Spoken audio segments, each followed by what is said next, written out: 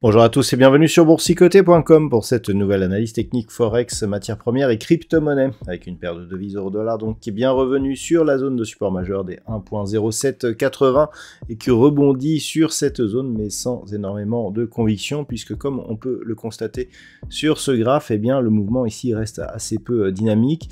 On est donc sur un test de cette zone majeure avec une petite remontée ici mais qui n'a aucune conviction, donc on reste pour l'instant dans une dynamique baissière malgré la configuration d'indicateurs ici qui nous indique une possibilité de rebond technique. Du point de vue de la précédente impulsion, eh bien on est dans la zone de retracement 50-61,8%, donc on peut considérer que sur rupture de la zone des 1,0780 suivi d'un retour ici sur la zone des 1.0737. En cas de cassure de cette zone de retracement à 61,8% de Fibonacci, on a 1,0670, mais on pourrait bien revenir sur cette zone ici des 1.05 comme objectif de consolidation, donc ce qui correspondrait à un retracement total. Et d'un point de vue moyen terme, eh bien, une possible cassure de cette zone des 1.05 pour avoir d'énormes répercussions sur la configuration technique. Donc on surveillera avec une extrême attention cette zone des 1.0780 puis celle des 1.0737, puisqu'en cas de rupture, eh bien, nous aurions des signaux baissiers assez importants. Sur la paire de devises livre sterling contre dollar américain, eh bien, la zone des 1.2440 semble résister. On pourrait même rabaisser cette zone sur un niveau plus proche ici des 1.24, puisqu'on peut considérer ici que sur ces niveaux, eh bien, nous avons un support qui agit actuellement et qu'il semblerait que les cours ne parviennent pas à casser durablement. Alors, toutefois, on est ici sur un contact avec cette zone suivie d'un rebond, un petit peu comme sur la paire de devises euro-dollar, le rebond ne parvient pas à repasser ici au-delà de la moyenne mobile 20 exponentielle. Donc on est sur une configuration où on le voit ici sur cette moyenne mobile que la dynamique reste baissière. Donc seulement en cas de rupture ici de cette zone et de ce point haut significatif qui se situe sur un niveau proche ici des 1.2545, eh bien on reste dans une dynamique baissière qui pourrait aboutir donc à une rupture de cette zone des 1.24 et une poursuite en direction ici d'un possible retour sur la zone des 1.2270 avec ici cet objectif intermédiaire lié au deuxième retracement de Fibonacci qui se situe à 1.2344. Sur l'or, nous sommes sur une dynamique qui confirme la solidité de cette zone horizontale ici des 1960 $ l'once. On a une zone entre 1957 et 1960. Depuis la rupture ici de cette zone des 2005, c'était l'objectif.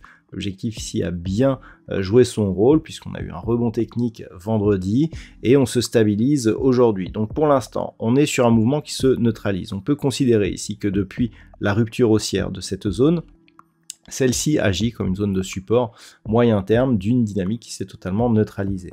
On a toutefois une petite préférence haussière du fait que l'on a eu récemment un nouveau point haut historique sur l'évolution du métal jaune. Attention, une rupture ici de cette zone des 1957 $ l'once, qui est actuellement, je dirais, le scénario privilégié puisque nous sommes bien ici sur un premier contact vol inférieur après un franchissement de la moyenne mobile 20 exponentielle, eh bien, pourrait donner lieu à une poursuite de la phase de consolidation. Et donc, en cas de rupture de cette zone des 1957, on viserait ici un retour sur 1910 $ l'once. Ce scénario ne serait invalidé qu'en cas de rupture haussière ici de la zone des 2005 $ l'once sur le métal jaune. Au niveau du WTI, nous sommes sur une dynamique qui s'est totalement neutralisée depuis quelques jours dans un range ici qui va de 70 à 74 $ le baril grossièrement.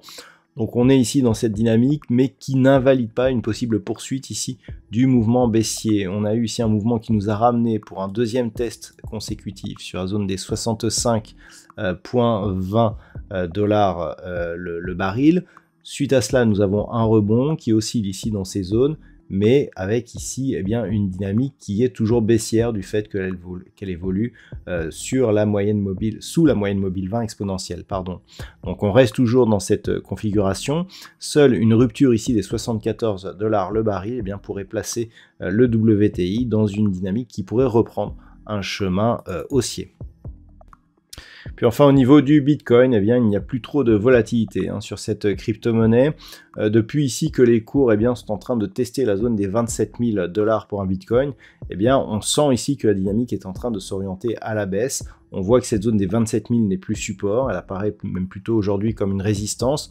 On est donc sous la moyenne mobile 20 exponentielle après des contacts ici sur la bande de Bollinger inférieure.